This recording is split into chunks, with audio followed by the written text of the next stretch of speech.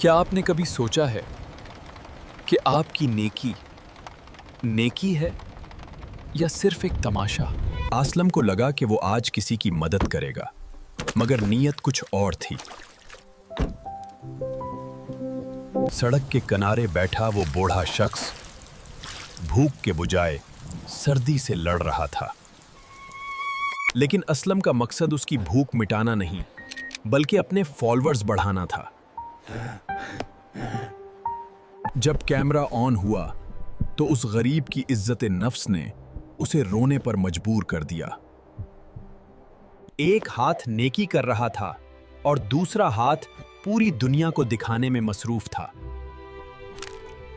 नेकी वहां खत्म हो जाती है जहां गरीब की मजबूरी का तमाशा शुरू होता है।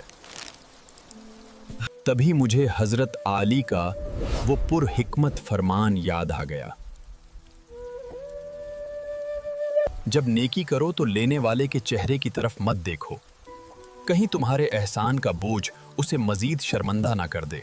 दूसरी तरफ उस नन्हे बच्चे को देखें जो सच्ची नेकी का असूल जानता था।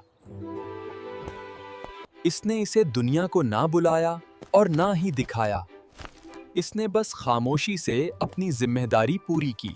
नेकी का असल मजा तो तब है जब लेने वाले को ये भी ना पता हो कि देने वाला कौन था। दुनिया के लाइक्स तो मिल गए, मगर क्या उस रब की राजा मिल सकी? याद रखें, अल्लाह हमारी नीयत देखता है, पिक्सेल्स या फिल्टर्स नहीं। नेकी को मट्टी में मत मिलाएं। अगर बात दिल तक पहुंच गई हो तो सब्सक्राइब जरूर करें।